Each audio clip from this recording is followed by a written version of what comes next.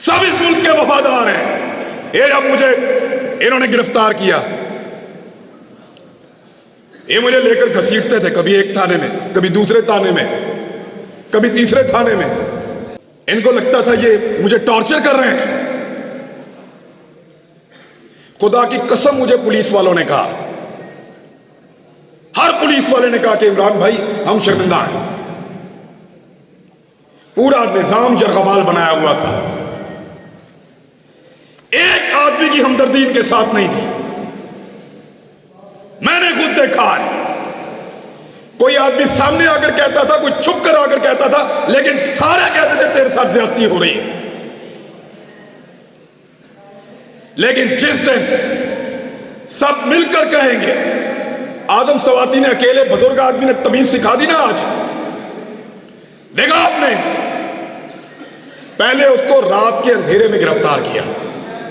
رات کو آئے چوروں کی طرح، ڈاکوؤں کی طرح، اس کی فیملی کے سامنے اس کو مارا، ٹارچر کیا، ذلیل کیا، لے جا کر کپڑے اتارے، ویڈیو بنائی اور اس کو رسوا کیا.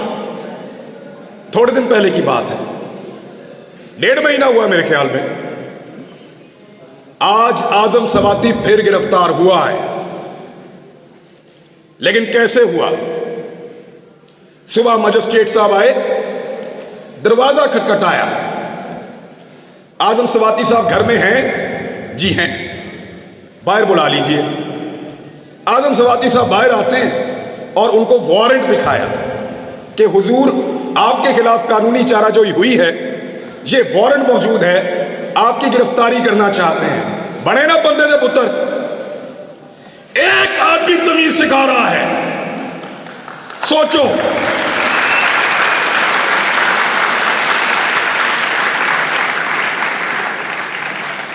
سوچو، ایک 74 سال کا آدمی تمیز سکھا رہا ہے. اس کی پولیٹیکل پارٹی کو بھول جائیں آپ.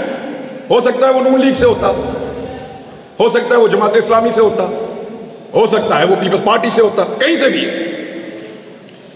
لیکن تمیز سکھا دیے اس نے. اب رات کو نہیں آئیں گے، کپڑے نہیں اتاریں گے، وہ ظلم نہیں کریں گے. تو اس لیے ڈٹ جانا ضروری ہے. جتنے لوگ آج تک تاریخ میں ڈٹ گئے، کیا ان سب کو یقین تھا کہ وہ جیت جائیں گے؟ نہیں، بالکل نہیں. اندھے کو بھی نظر آتا تھا کہ یہ جنگ جیتے جانے کے قابل نہیں ہے. پورس کو پتا تھا کہ سکندر بہت طاقتور ہے. سب سے بڑی مثال دیتا ہوں، کیا امام حسین رضی اللہ تعالیٰ عنہ کو اور ان کے ساتھیوں کو نہیں پتا تھا؟ یک طرفہ لڑائی تھی. ضروری نہیں ہے کہ آپ نے ساری لڑائیاں جیتنی ہوں. کچھ لڑائیاں آپ کو صرف لڑنی ہوتی ہیں، ان میں اترنا پڑتا ہے.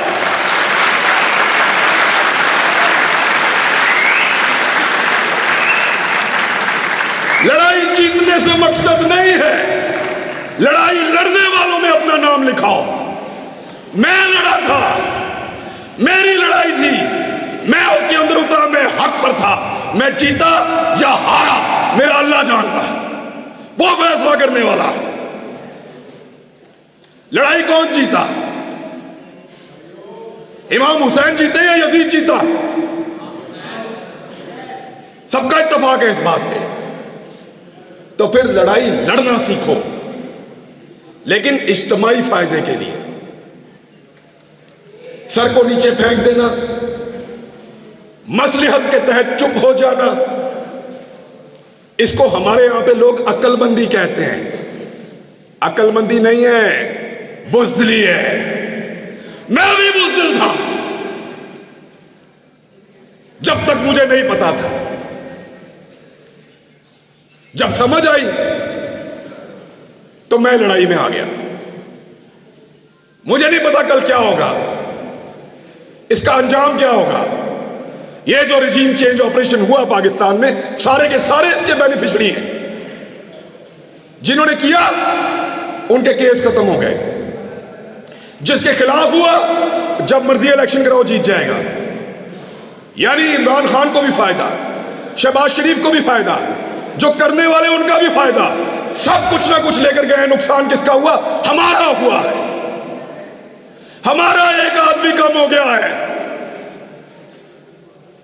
اگر دوبارہ لڑائی ہوگی تو ہم اپنے ایک بہترین آدمی کے ساتھ میدان میں نہیں آ سکیں گے. ہمارا ایک آدمی کم ہوا, ارشد شریف. نقصان تو ہمارا ہوا ہے, فائدہ تو سب نے اٹھا لیا ہے. میری آپ سب سے گزارش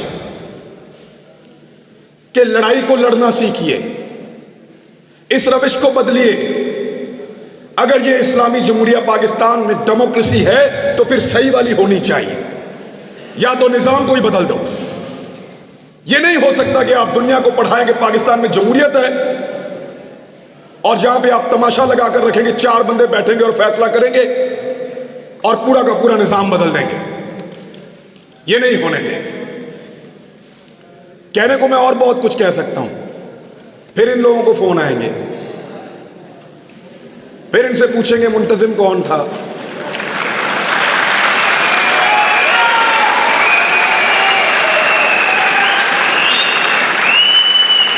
پروگرام کس نے کروایا, نوجوان کہاں سے آئے تھے, کوئی کلدم تنظیم کے بندے تو نہیں تھے.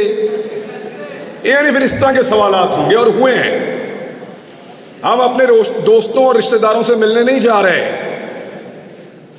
جدھر سے ہم ہو کر آتے ہیں وہاں یہ پیچھے پہنچ جاتے ہیں. جی آپ سے کیا تعلق ہے, آپ کیسے جانتے ہیں؟ تو ان حالات کا ہم نے سامنا کیا اور یقین کریں کچھ بھی نہیں ہوتا. تھوڑا سا مار سکتے ہیں, تھوڑا سا ننگا کر سکتے ہیں یا جان لے سکتے ہیں, کچھ بھی نہیں ہوتا. میں نے ارشد شریف کا جنازہ دیکھا ہے, ان ہاتھوں سے اس کی میت لے کر آیا تھا میں. خوش نصیب ہے خدا کی قسم وہ بھی اور اس کی ماں بھی. ارشد شریف کو مارنے کے بعد انہوں نے اگر کوئی موت کا ڈر بھی تھا نا وہ بھی نکال دیا ہے. مارو سب کو, کیونکہ جب آپ کو اس بات کا یقین ہو کہ آپ تاریخ کی درست سمت پہ کھڑے ہیں, جب آپ کو یقین ہو کہ آپ ظلم کے خلاف کھڑے ہیں, تو پھر اس سے کوئی فرق نہیں پڑتا کہ آپ کے ساتھ کیا ہو رہا ہے. میں یہ پہلی دفعہ گرفتار نہیں ہوا. ایک چھوٹی سی چیز آپ کو بتاتا ہوں. میں پہلے بھی گرفتار ہوا ہوں میں, لیکن پہلے میرا دل ہی نہیں لگتا تھا. ایک لمحے کے لیے بھی میرا دل کرتا تھا میں ابھی باہر آ جاؤں. اور اس مرتبہ مجھے پرواہ بھی نہیں تھی یہ جو مرضی کریں. جب آپ کسی کاز کے ساتھ کھڑے ہوتے ہیں, جب آپ کو لگتا ہے کہ آپ ظلم اور جبر کے خلاف کھڑے ہیں, تو پھر اللہ تعالیٰ بھی آپ کو حوصلہ دیتا ہے, آپ کو استقامت دیتا ہے اور آپ کو صبر دیتا ہے. میں نے سیکھا ان دنوں میں یہ سارا کچھ. میرے خیال میں اتنی بات بہت ہے. تھینک یو ویری مچ جی, بہت شکریہ آپ کا. میرے ساتھ سب لوگ مل کر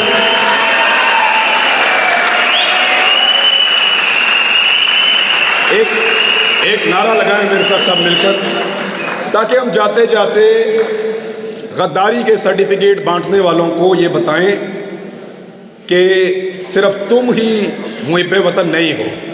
Pakistan, Pakistan. Thank you very much.